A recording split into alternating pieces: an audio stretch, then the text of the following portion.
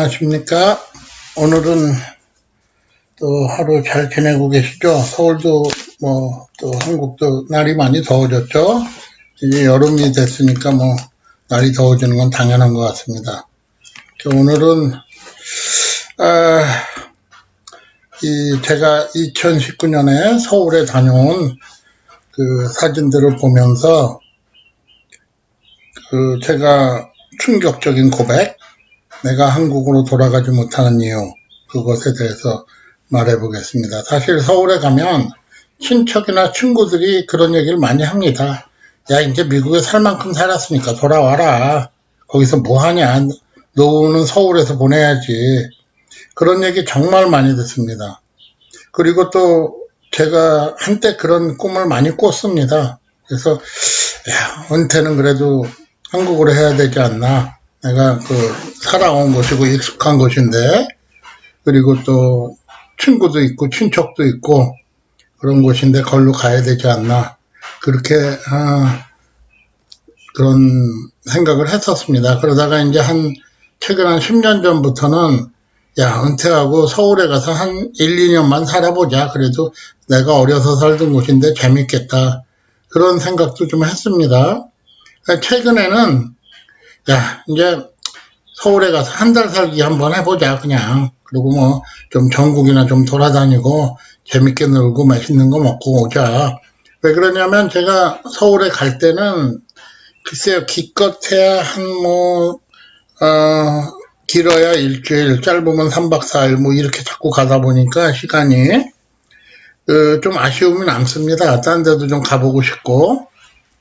여태까지 한국에 거의 2년에 한 번꼴로 들어가지만 자주 가는 데는 부산, 경주, 서울, 그리고 기껏해 인천 이 정도 되겠죠. 그래서 그렇게 생각이 점점 바뀌고 있습니다. 그게 이유는 첫 번째는 이제는 제가 한국에서 제가 27년을 살고 미국에 32년을 살다 보니까 한국에 가서 친구들하고 친척들하고 얘기를 하면 뭐라 그래야 되나, 서로 사고방식의 차이가 큰 것 같습니다. 그래가지고 서로 답답하고, 또 저는 1980년대에 한국을 떠났으니까 윤리나 도덕이나 이런 거에 대해서 1980년대 한국에 머물러 있고, 그분들은 2020년을 살면서 저보다 훨씬 더 개방적이 됐죠. 그래서 그런가 서로 얘기를 하다 보면 자꾸 답답함을 느끼고 그게 제일 큰 것 같습니다. 그래서 예를 들면 얘기를 하다 보면 트랜스젠더 문제에 대해서 한국에서는 트랜스젠더의 예전에 하리수라는 여자가 호적을 고쳤죠. 그래서 남자가 됐죠, 여자가.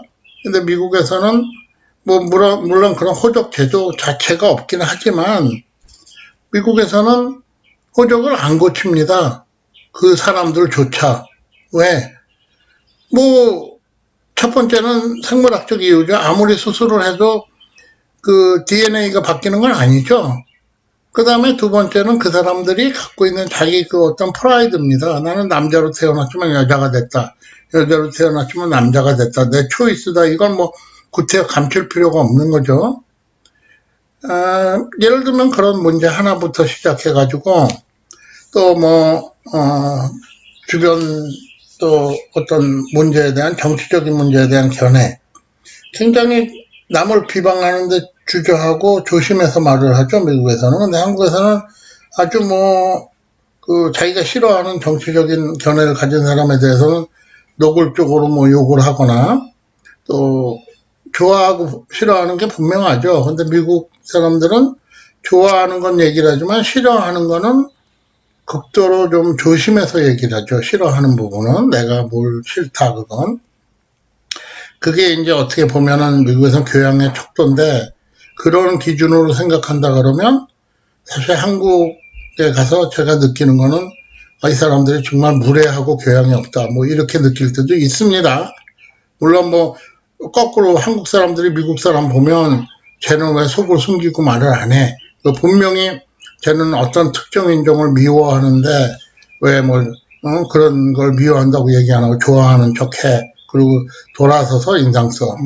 이중인격자야. 이런 얘기를 할 수도 있습니다. 그래서 첫 번째 이유는 내가 많이 이제 미국놈화가 됐구나 생각하는 방향이, 이런 그 사고방식의 차이입니다. 두 번째는 물가입니다. 그 서울에 사시는 분들, 한국에 사시는 분들 중에서도 또 조금 싼 데 사시는 분들도 계시겠죠. 근데 서울 물가를 놓고 얘기하면, 물론 제가 서울에 갔을 때 뭐 가는 음식점이라든가 이런 거가 뭐 제일 싼 데는 아닙니다. 뭐 서울에 가니까 어떤 분이 뭐 야 서울에서 5,000원이면 점심 먹어. 근데 뉴욕 가면 뉴욕에서도 5,000원이면 먹습니다. 왜? 서울에서 5,000원이면 먹는 무슨 짜장면 수준이 뉴욕에서는 맥도날드 그런 거거든요. 그럼 패스트푸드, 피자 충분히 먹죠. 왜 못 먹겠어요? 그걸 배부르게 먹으려면 또 뭐 자기가 좋은데 먹으려면 얘기가 다르죠. 그래서 서울 사람이 뉴욕에 오면 에이 기왕 미국에 갔으니까 좋은데 가죠. 와인도 한 병 시키죠. 그럼 비싸죠. 우리도 서울에 가서 좀 좋은데 가죠. 말도 못하게 비싸요. 제가 누가 대접을 해가지고 롯데호텔 그 뷔페에 갔는데 1인당 뭐 이거저거 하고 와인 한 병 시키고 그러니까 15만 원 정도가 나오더라고요. 깜짝 놀랐습니다. 저는 미국에 100불 넘는 뷔페는 없습니다. 아무리 좋은 데가도 라스베가스에서 제일 좋은 호텔 뷔페 중에 하나가 윈 호텔입니다. 딴 데는 뭐 19불 99, 뭐 심지어 9불 99짜리도 있는데 거기가 제일 비싸다 그래봐야 뭐 49불 99, 뭐 그 정도입니다. 6만 원. 그런데 어떻게, 물론 뷔페를 놓고 얘기를 하는 거는 온당치 않을 수 있죠. 그렇지만 한국에서 특히 그 한식을 놓고 얘기하면 비교를 하면 안 되는 게, 미국에서는 한식이 그 외국 음식, 수입 음식이지 않습니까? 그러니까 그 한식 가격이 한국에서 무슨 이탈리안 레스토랑이나 프렌치 레스토랑 가는 가격하고 똑같은 겁니다. 미국의 소주가 비싸죠. 양주는 싸고. 한국은 양주는 비싸고 소주가 싸죠. 똑같은 원칙입니다. 그래서 물가가 평균적으로 볼 때 서울 물가가 뉴욕 물가보다 제 생각으로는 30-40% 비싸지 않나 그렇게 생각이 듭니다. 뭐 기름값이나 뭐 자동차나 뭐 이런 거는 상대가 안 되죠. 서울이 뉴욕보다 싼 거, 유일한 것이라 그러면 아마 대중교통비가 될 텐데, 뉴욕도 뭐 한 달 끊고놓으면 버스, 지하철, 뭐 케이블카 아무거나 다 타도 120불 정도면 됩니다. 그러니까 약간 비싼 정도지 그렇게 뭐 특별히 부담스러운 정도는 아니거든요.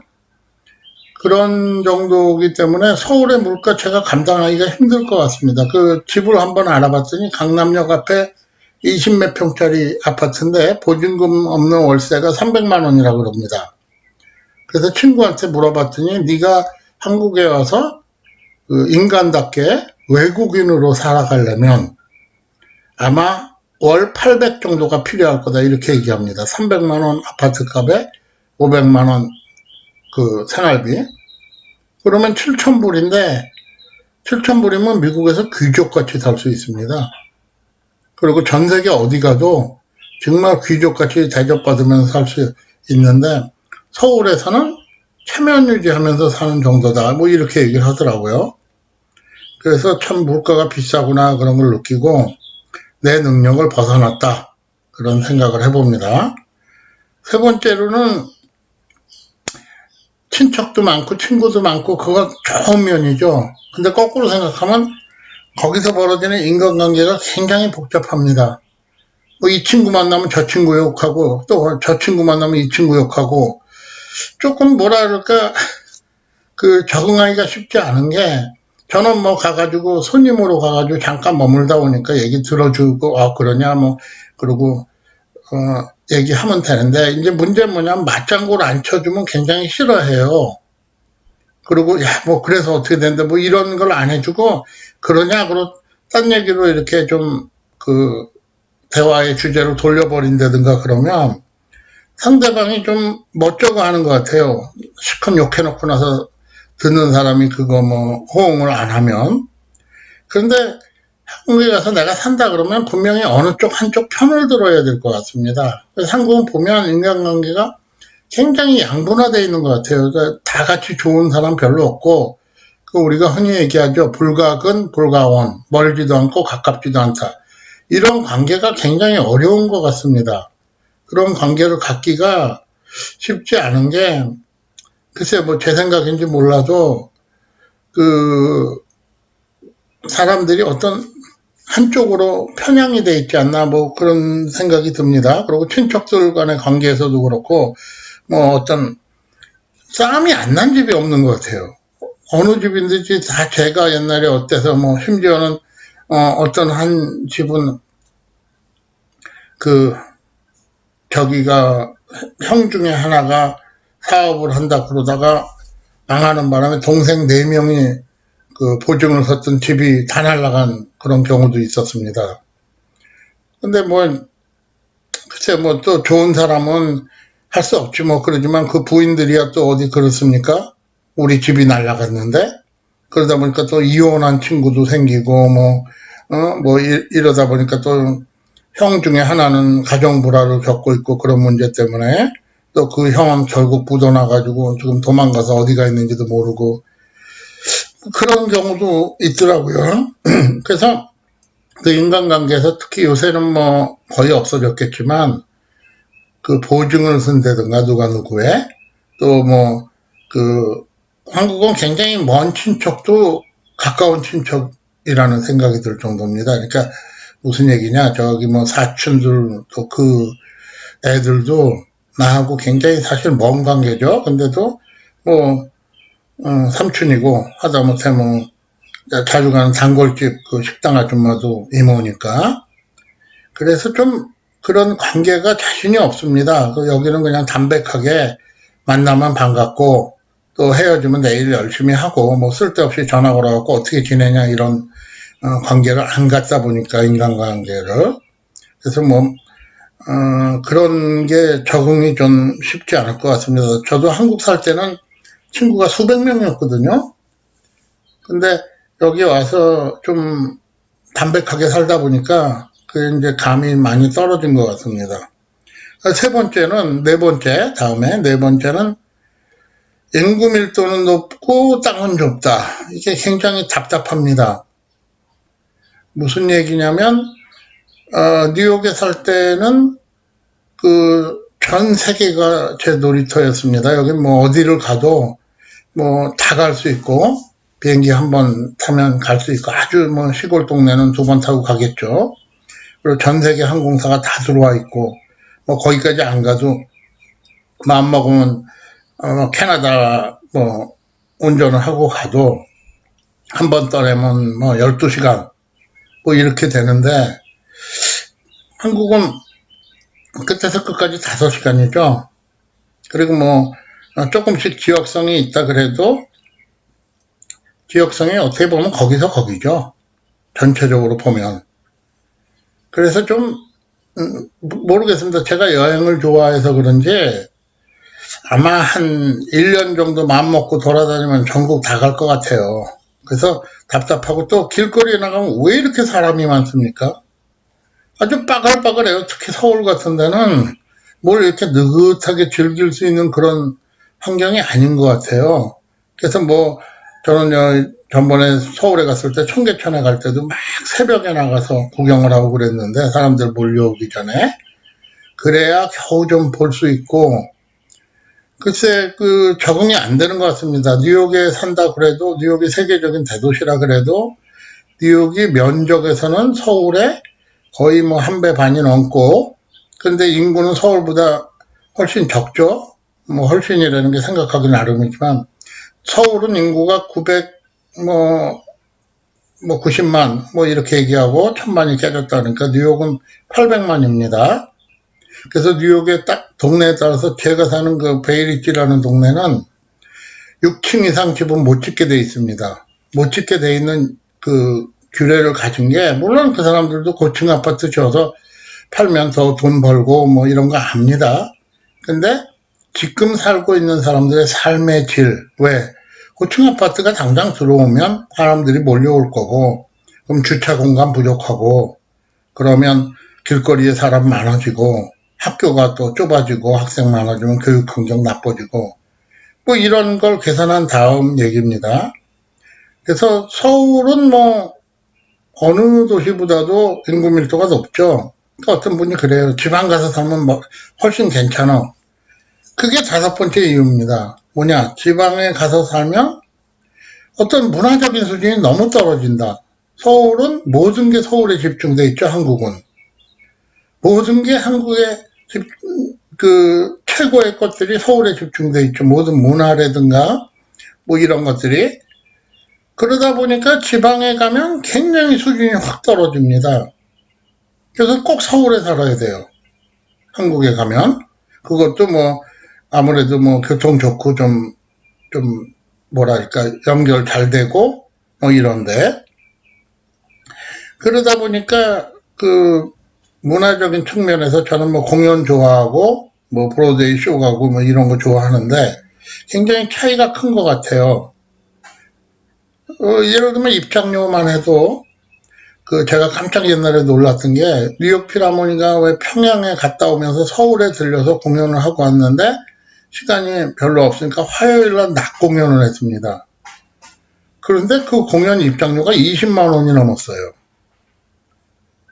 뉴욕에선 그러면 뉴욕 필하모니 토요일날 밤 공연 제대로 이제 옷 잘 입고 가서 즐기고 저녁 먹고 제가 자신있게 말씀드릴 수 있습니다. 좋은 식당 가서 저녁 먹고 뉴욕 필하모니 보고 그러고 돌아와도 10만 원이면 된다 1인당. 물론 맨 앞자리 한 서너 줄 있는 거 이런 거 빼고 얘기하는 겁니다. 보통 앉아서 잘 들을 수 있는 자리, 그리고 보통 조금 괜찮던 다이너에 가서 저녁을 먹는 거 굉장히 비쌉니다. 그래서 통계를 보니까 서울의 문화비가 북경에 이어서 2위라고 합니다. 그래서 무지하게 비싼 나라죠, 서울은 문화비가. 그래서 서울에서 한국에서 만든 뮤지컬들 표 한 장 살 돈이면 뉴욕에서 세일할 땐 4장을 살 수 있습니다. 뉴욕에 1년에 2번 바이온 계단 뿌리가 나오는데, 그래서 어떻게 보면은 뉴욕에선 좋은 점이 가난한 사람도 최고의 문화를 즐길 수 있는데 큰 돈 안 들이고 최고의 식당에 갈 수 있고 1년에 2번씩 반값 세일하고 뭐 이런 게 있거든요.